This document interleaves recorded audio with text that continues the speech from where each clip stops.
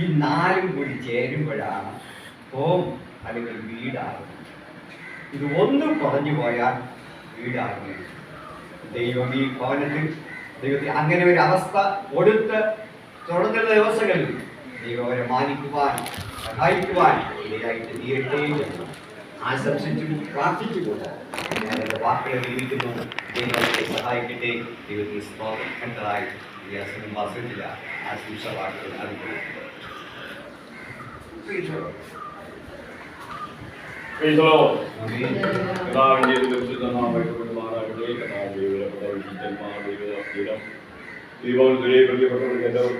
നാമത്തിൽ വന്ദനം അറിയിക്കുന്നു. ഈ ഉച്ച കഴിഞ്ഞ സമയം അവിടെ ബന്ധത്തിൽ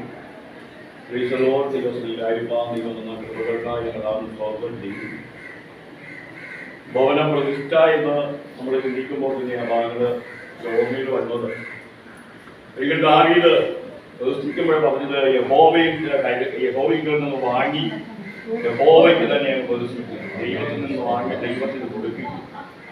കഴിഞ്ഞതായ നാളുകളിൽ ദൈവത്തോട് പ്രാർത്ഥിച്ച് യാചിച്ച് ഉപവസിച്ച് ദൈവസന്നിധിയിൽ നിന്ന് വാങ്ങിയ ഈ ഭവനത്തെ ദൈവകരങ്ങളിൽ കൊടുക്കുന്ന ഒരു ശുശ്രൂഷയാണ് ഇന്ന് വർക്കാലത്തിൽ നടക്കുന്നത്.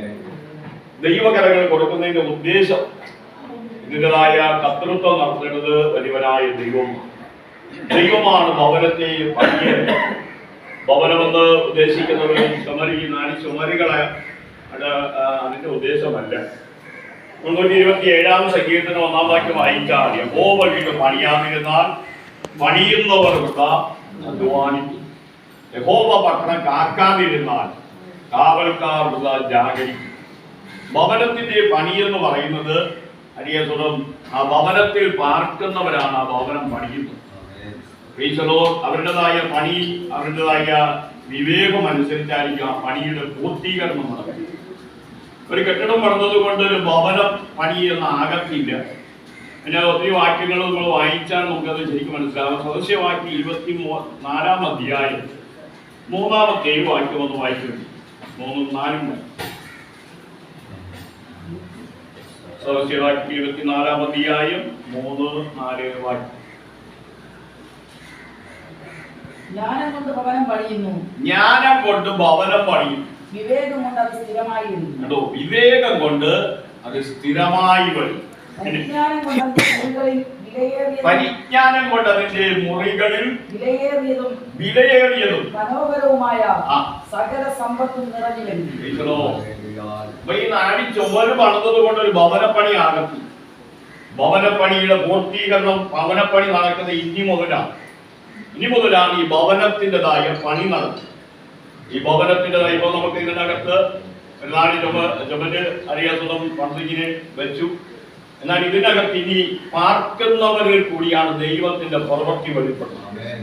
അതാണ് നമ്മൾ അവിടെ ആ വാക്യത്തിൽ നമ്മൾ കാണാൻ കഴിയുന്നത്. ജ്ഞാനം കൊണ്ടും വിവേകം കൊണ്ടും പരിജ്ഞാനം കൊണ്ടും ഈ ഭവനത്തിന് വിലപ്പെട്ടതും വിലയേറിയതുമായ അരിയസുഖം വസ്തുക്കളെ കൊണ്ട് ദൈവം നിറച്ച് ദേശത്ത് അരിയസുഖം മാനിക്കുന്ന നാടുകൾ മുൻപിലുണ്ട്. അരിയസുഖം അതിനായിട്ട് നമ്മൾ ദൈവകരങ്ങൾ വീണ്ടും ഏൽപ്പിച്ചു കൊടുത്താണ്. അങ്ങനെയെങ്കിൽ ദേവദാസം പറഞ്ഞതുപോലെ ഒത്തിരി ആൾക്കാർ ഞാൻ ശുശ്രൂഷിക്കുന്ന ചർച്ചയിലും ഒരു വാടക വീടെങ്കിലും കിട്ടിയാൽ കൊള്ളാമെന്ന് പറഞ്ഞു. എവിടെയും ഒരു കുടുംബം ആ സ്വന്തം ഇങ്ങനെ പ്രാർത്ഥിക്കാനും ആഗ്രഹിച്ചുകൊണ്ടിരിക്കുന്നു.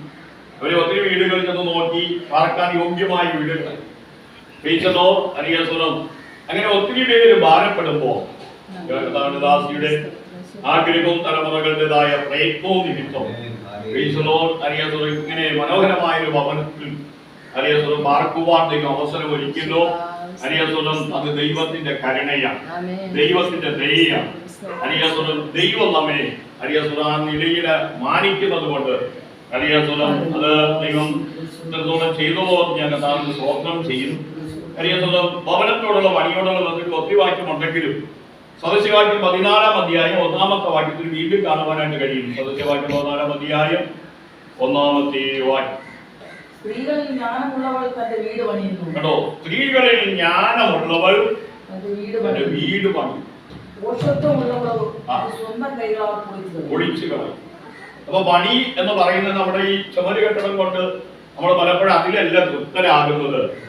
നമ്മുടേതായ കുടുംബം, തലമുറകൾ ദേവദാസൻ പറഞ്ഞതുപോലെ ഐക്യതയും സ്നേഹത്തിലും സമാധാന അന്തരീക്ഷത്തിലും ആ സ്വസ്ഥമായ അന്തരീക്ഷത്തിൽ പാർത്ത് ദൈവനാമത്തെ ഉയർത്തി പാട്ടം പാടി ആരാധിച്ച് അരിയസുര കഥാനാമത്തെ ഉയർത്തി ദേശത്ത് സന്തോഷത്തോടെ ജീവിക്കുന്നതാണ് ആ ഭവനത്തിന്റെ പണി.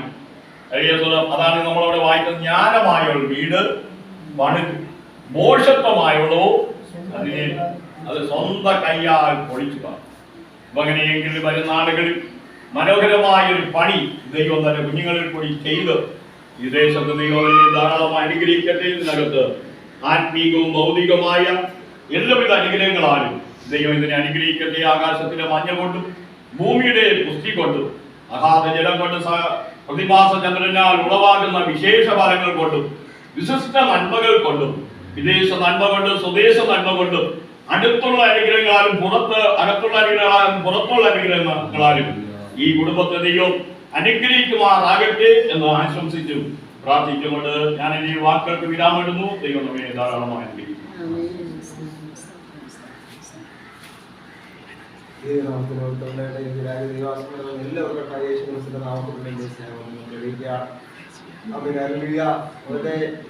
അപ്രതീക്ഷിതമായിട്ടെന്ന് വേണമെങ്കിൽ പറയാം.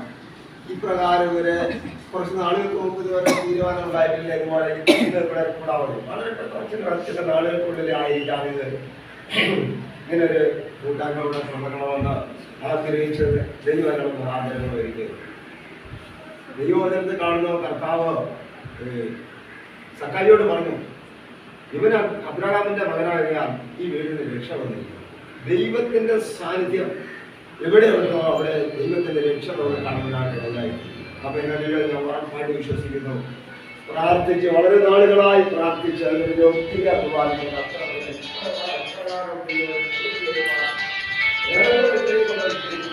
ദൈവത്തിന്റെ കരമാണ് പിന്നിൽ പ്രവർത്തിച്ചത് നമുക്ക് നന്നായിട്ട് അറിയാം. കാരണം ശക്തമായി ദൈവത്തോട് പിന്നിൽ നിലവിളിച്ച സാഹചര്യങ്ങൾ ഉള്ളതുകൊണ്ടാണ് ദൈവത്തോളം നമ്മുടെ ചിന്തയ്ക്ക് നമ്മുടെ പ്രവൃത്തിക്ക് നമ്മുടെ ഉദ്ദേശത്തിന് അപ്പുറമായ ഇതൊക്കെ ചെയ്യുവാനാണ് ഇടയായി തീരുന്നത്. അങ്ങനെ വലിയ നേരത്തെ കേട്ടു യഹോവ വീട് പണിയാതിരുന്നാൽ പണിയുന്ന വൃഥ അധ്വാനിക്കുന്നു. എല്ലാ പണികളിലും ഇത്രത്തോളം ദൈവം എത്തിച്ചത് ദൈവത്തിന്റെ കരമാണ്. എനിക്ക് നന്നായിട്ട് എനിക്ക് അനുഭവപ്പെടായി തീർന്നിട്ടുണ്ട്. ഒരു പണി പൂർത്തീകരിക്കണമെങ്കിൽ അനേകം വർഷങ്ങളായിട്ട് നോക്കിയിട്ട് നടക്കാതിരിക്കുന്ന അനേകം. മാത്രമല്ല വേറെ കാര്യം കൂടെ ഉള്ളത്, ഒരു ഭവനം പണിത് പൂർത്തീകരിച്ചിട്ട് അല്ലെങ്കിൽ പാർക്കുവാൻ കഴിയാത്ത സാഹചര്യത്തിൽ എത്രയോ ഭവനങ്ങൾ പൂർത്തീകരിച്ചിരിക്കുന്നു. Amen hallelujah. പാർക്കുവാൻ കഴിയാത്ത വിധത്തിൽ ലോകത്ത് നിന്ന് മാറ്റപ്പെട്ടു പോയിട്ടുണ്ട്. കണ്ണും പൂർത്തീകരിക്കുന്നതിന് തൊട്ട് മുമ്പൊക്കെ ദൈവം ഇത്രത്തോളം ദൈവത്തിന്റെ മക്കളെ സൂക്ഷിപ്പാൻ ഇടയായി തീർന്നു. ഹല്ലേലൂയ. അതുകൂടെ നമുക്ക് പ്രതീക്ഷിക്കാം, വിശ്വസിക്കാം. ദൈവം ഇതിനകത്ത് പാർക്കുന്ന പ്രിയപ്പെട്ടവരെ സമാധാനത്തോട് സന്തോഷം നമ്മുടെ ഇതിനകത്ത് നമുക്ക് ഒരുപക്ഷെ ആഹാരം കഴിച്ചില്ലായെങ്കിലും നമ്മൾ പറഞ്ഞാലേ എന്നാലും ആ ഭക്ഷണമൊന്നും ഇല്ലായെങ്കിലും സമാധാനത്തോടെ ഇതിനകത്ത് കിടന്നിറങ്ങുവാൻ കൃപാദൈവം കരുതുന്നത് അത്യാവശ്യമാണ്. സമാധാനത്തോടെ കിടന്നിറങ്ങുവാനുള്ള ദൈവകൃപ ധാരാളമായിട്ട് വരുമാറകട്ടെ. യാതൊരു വിധത്തിലുള്ള അന്യനും പ്രയാസവും പ്രതികൂലങ്ങളും ഉണ്ടാകാതെ സ്വസ്ഥമായിട്ട് കിടന്നിറങ്ങണം. അങ്ങനെ വലിയ ഒരു ചൊല്ലി ഞാൻ കേൾക്കുന്നുണ്ട്. നമുക്ക് കട്ടിൽ നമുക്ക് വില കൊടുത്ത് വാങ്ങാൻ പറ്റും. പക്ഷെ ഉറക്കമാണെങ്കിൽ നമുക്ക് വില കൊടുത്ത് വാങ്ങാൻ കഴിയില്ല. വലിയ വില കൂടിയ കട്ടിൽ നമുക്ക് വാങ്ങാൻ പറ്റും, പക്ഷെ കിടക്കാൻ പറ്റും. പക്ഷെ ഉറക്കമാണെങ്കിൽ വില കൊടുത്തൊന്നും വാങ്ങാൻ കഴിയുന്നില്ല. സുഖമായിട്ട് സ്വസ്ഥമായിട്ട് അതിനകത്ത് കിടന്നുറങ്ങണമെങ്കിൽ ദൈവത്തിന്റെ കൃപ നമ്മുടെ ഇടയായിത്തീരണം. പ്രാർത്ഥിച്ചിട്ട് ദൈവവരെ ഏൽപ്പിച്ച് കിടന്ന് സ്വസ്ഥമായിട്ട് കിടന്നിറങ്ങുവാൻ ഇടയായിത്തീരും. മാത്രമല്ല ദൈവസാന്നിധ്യത്തിനകത്ത് വെളിപ്പെടാൻ ഇടയായിത്തീരും. ദൂതന്മാർ കയറി ഇറങ്ങി ചെയ്യുന്ന ദൈവസാന്നിധ്യം